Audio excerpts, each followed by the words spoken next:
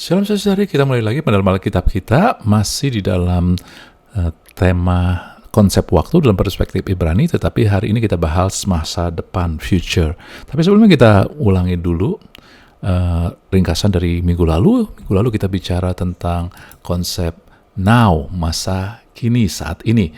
Dan kita tahu bahwa fokusnya daripada now itu beda. Kalau kita hanya konsepnya ya peristiwa hari ini, tetapi di dalam konsep Ibrani dan juga konsep firman Tuhan Alkitab nih ya, bahwa now itu adalah momen Tuhan bekerja. Kita berjumpa dengan Tuhan, kita bertemu dengan Tuhan, kita melihat Tuhan bekerja. Di dalam Ibrani 3 ayat 15, pada hari ini, artinya now, jika kamu mendengarkan suaranya, jadi hari ini ada divine encounter lewat suara, lewat perjumpaan, lewat Tuhan bekerja, apapun juga, tetapi dibutuhkan reaksi. Maka dia bilang, jangan keraskan hatimu. Oke ya? Jadi ada reaksi. Kemudian, saudari, yang kedua adalah dampaknya.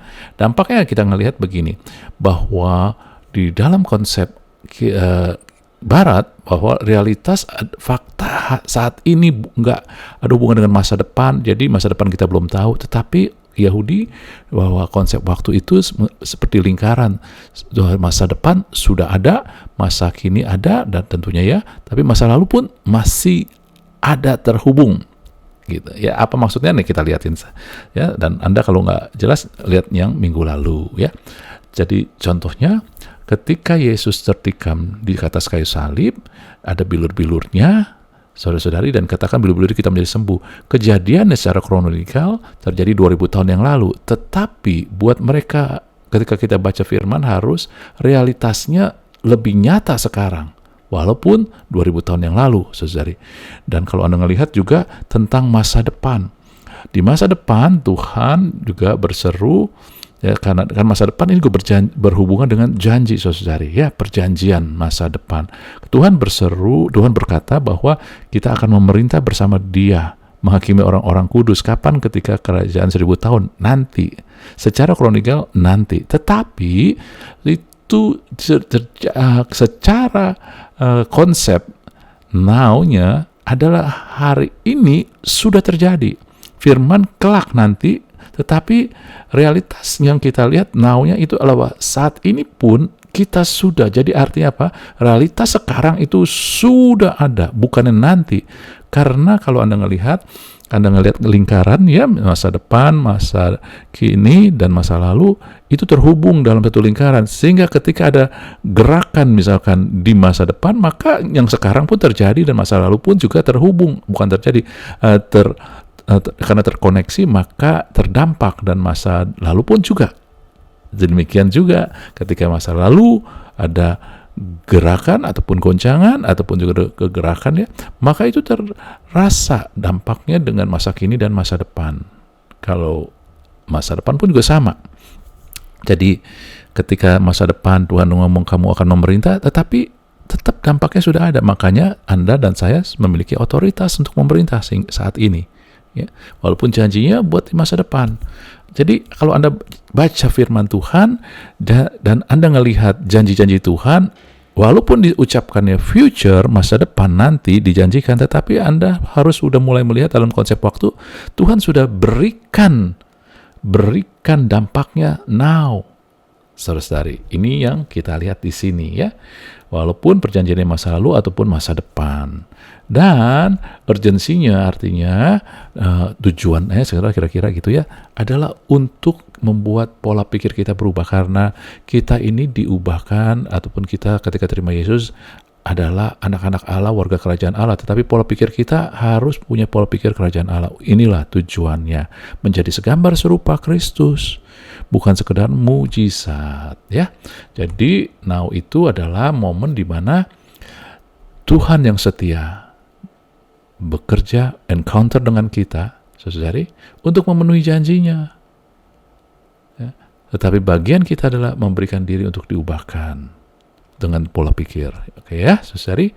Sebab itulah, kalau Anda masih ada hari ini dan berjalan hari ini, ketika Anda bangun besok, ya, dan Anda bilang, dan kalau besok ketika Anda bangun akan jadi hari ini ya.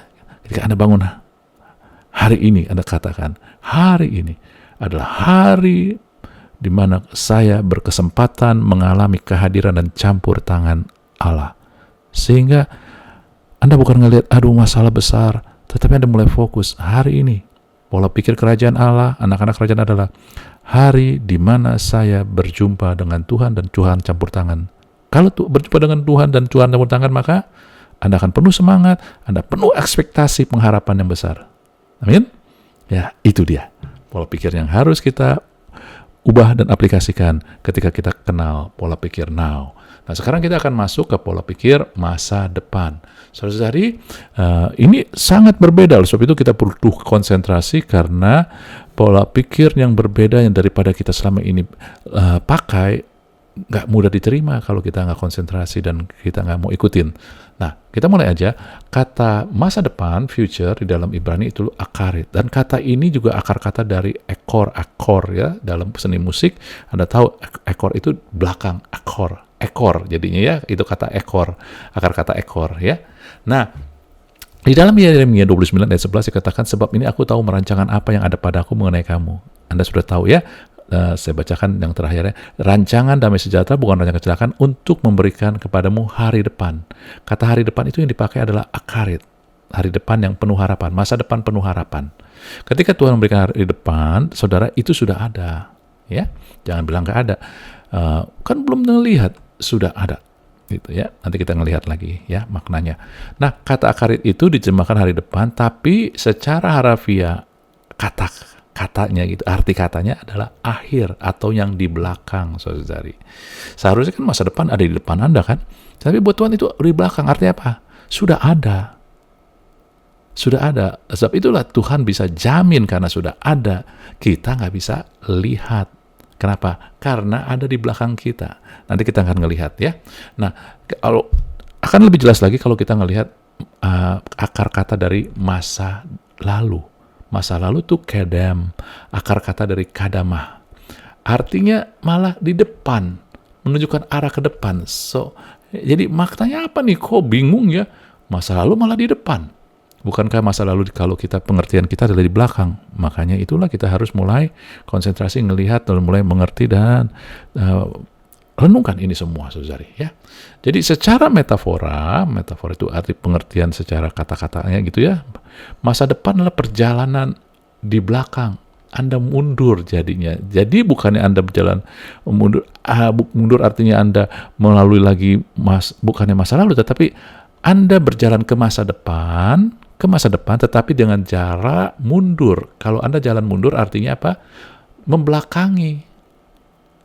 Kalau Anda membelakangi, maka mata Anda melihat yang di depan itu adalah masa lalu. Kalau Anda nggak ngerti, tenang aja. Nih, saya akan kasih gambarannya.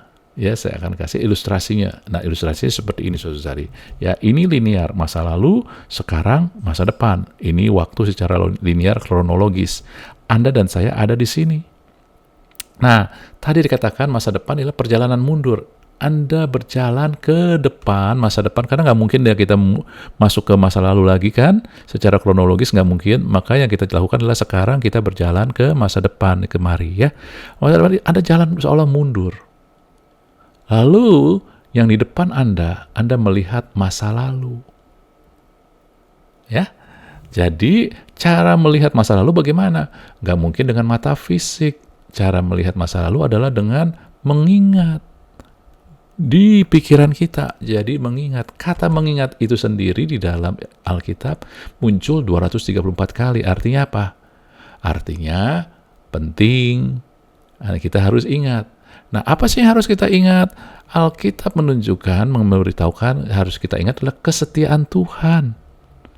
Di dalam Mazmur 143, 4, dan 5, ini salah satu contohnya aja. Daud mengalami keadaan yang lemah lesu, tekanan, bahkan hatinya tertegun. Artinya hati tertegun tuh, artinya bagaimana? Dia shock. Kok begini ya? Ada keadaannya begitu parah sekali. Tetapi kemudian dikatakan, aku teringat. Dia mulai mengingat hari-hari dulu. Masa lalu. Aku merenungkan pekerjaanmu dan perbuatan tanganmu.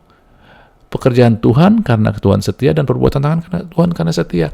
Jadi melihat harapan untuk masa depan dari kesetiaan Tuhan. Sehingga kita bukan ngelihat masa depan karena bukan berdasarkan tantangannya apa nih, bukan, tetapi cara orang Yahudi melihat adalah dia melihat masa depan dari kesetiaan Tuhan di masa lalu.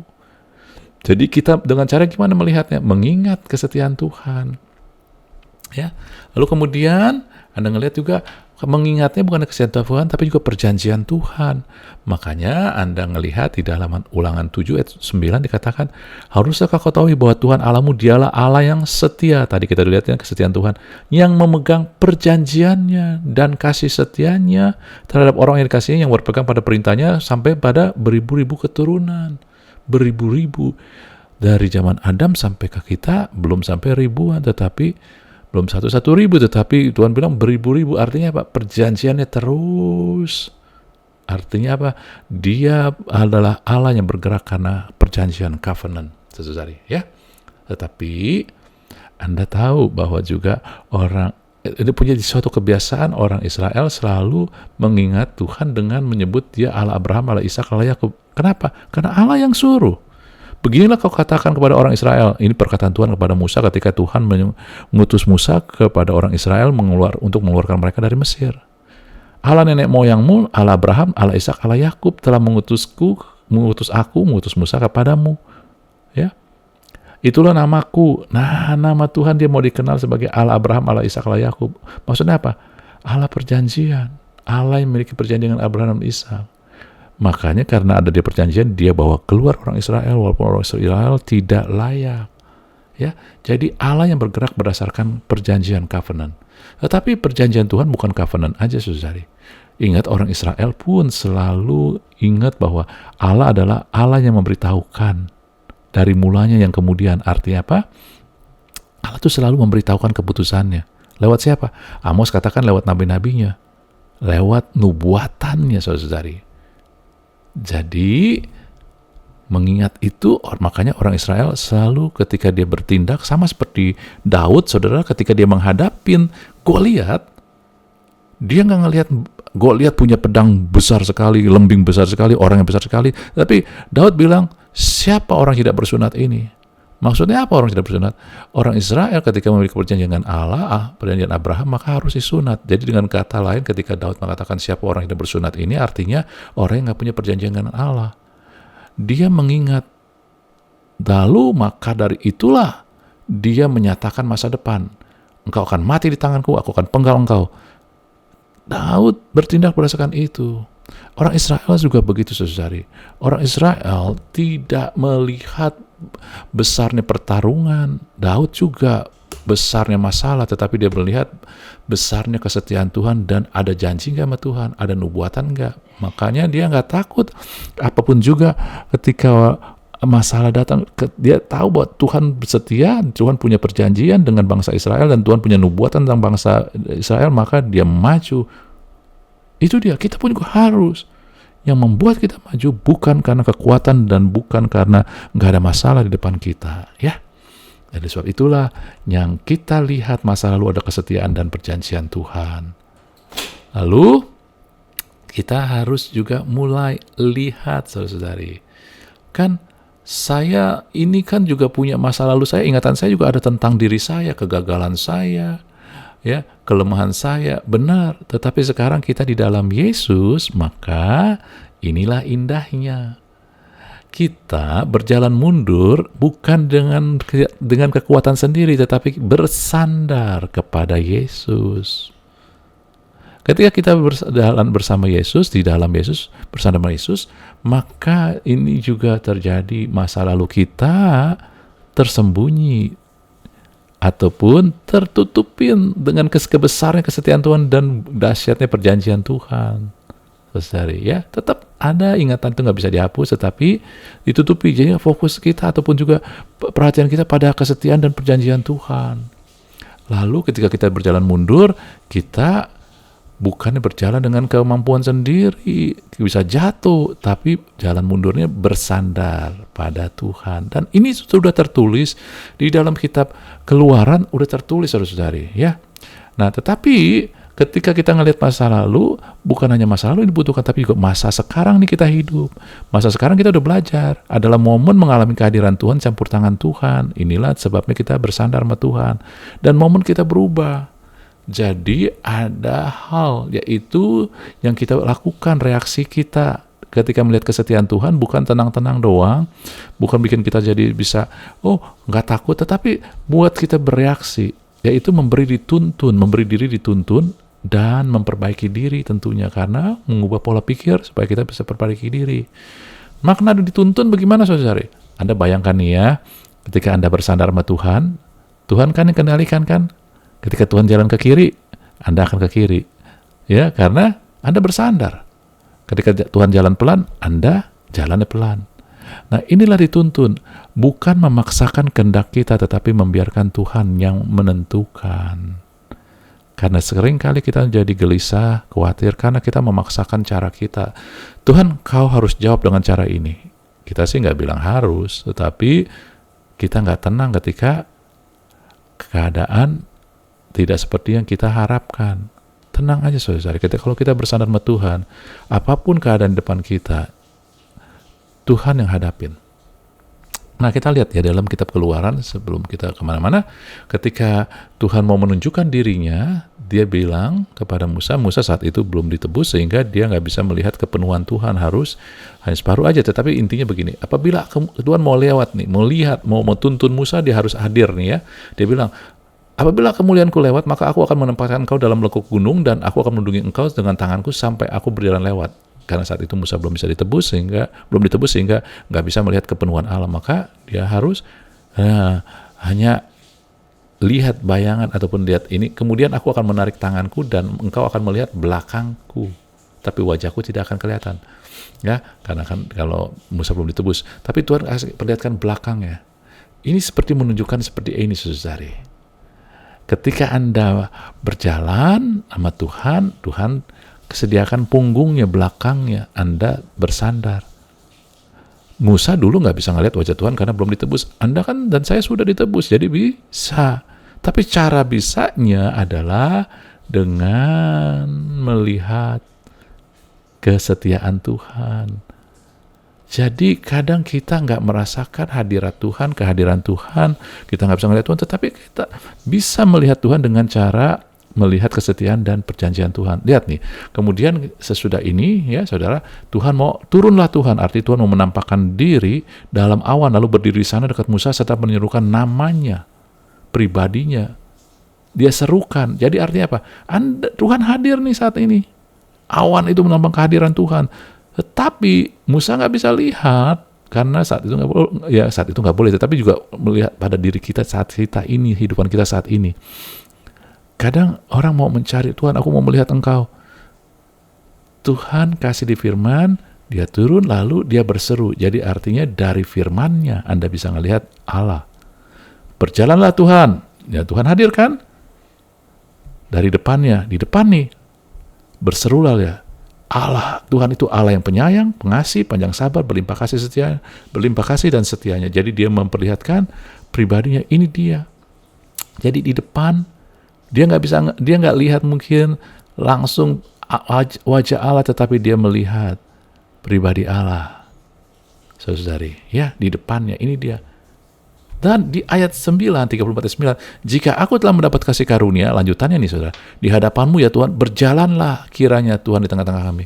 Oh Tuhan, saat ini engkau berjalan di tengah-tengah kami, ini dia saudara-saudari.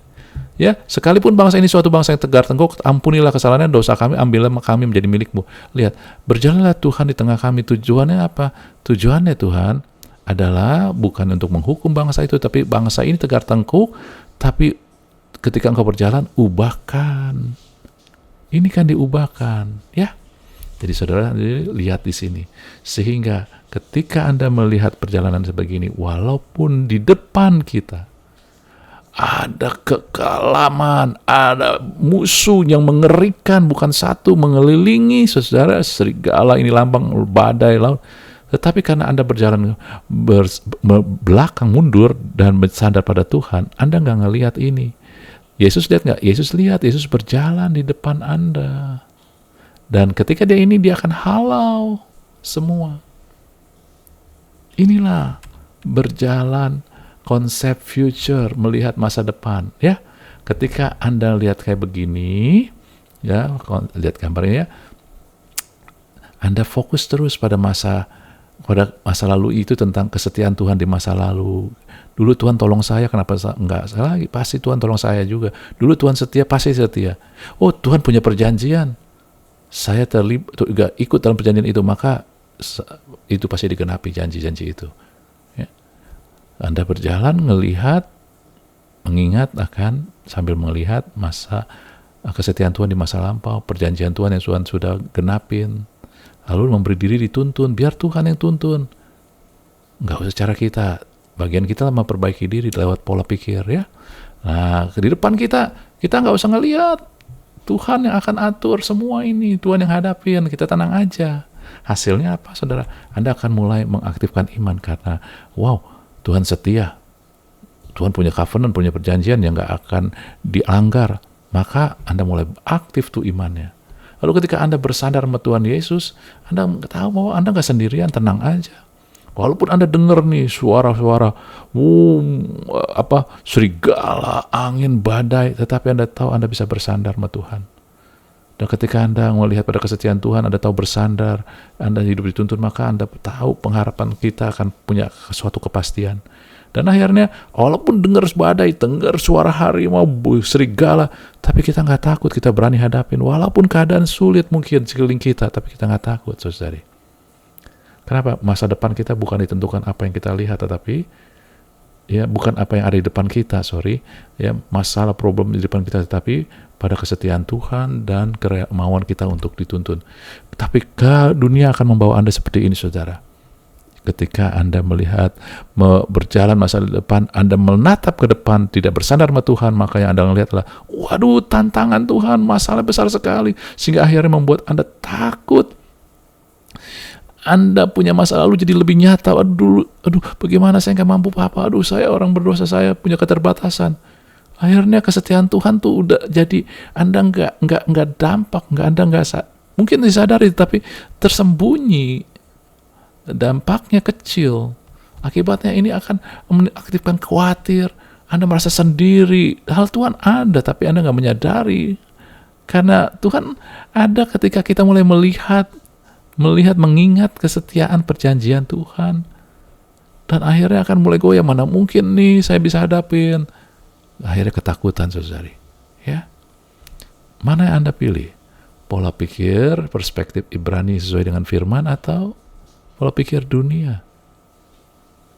Kita nggak tahu apa yang akan ada di depan, tetapi kita tahu di belakang kita ada Yesus yang tempat kita bersandar, yang menuntun kita pada masa depan yang sudah Tuhan tetapkan dari semula. Amin. Jadi konklusinya, masa depan, future, adalah perjalanan, saudari. Perjalanan mempercayai Tuhan. Caranya menyandarkan langkah kita, karena jalan itu perlu langkah. 1 langkah, 2 langkah, nggak apa-apa. Ya, mempercayakan langkah kita berdasarkan kesetiaan Tuhan, perjanjian Tuhan, dan kerendahan hati kita mau dituntun dan dibentuk. Bagaimana dampaknya dalam hidup kita? Saudara-saudari, ketika Anda bangun, ketika Anda menatap masa depan, hari depan bukan suatu ketidakpastian. Hari depan kita adalah suatu kepastian. Dan hari depan adalah kesempatan mengalami janji Tuhan. Bukannya mengalami trauma, bukan mengalami kegagalan, mengalami janji Tuhan, kesetiaan Tuhan. Dan masa depan adalah kesempatan menjadi pribadi lebih baik dari masa lalu dan hari ini. Renungkan itu, dan kiranya memberkati kita semua dan mengubahkan kita semua. Haleluya. Amin.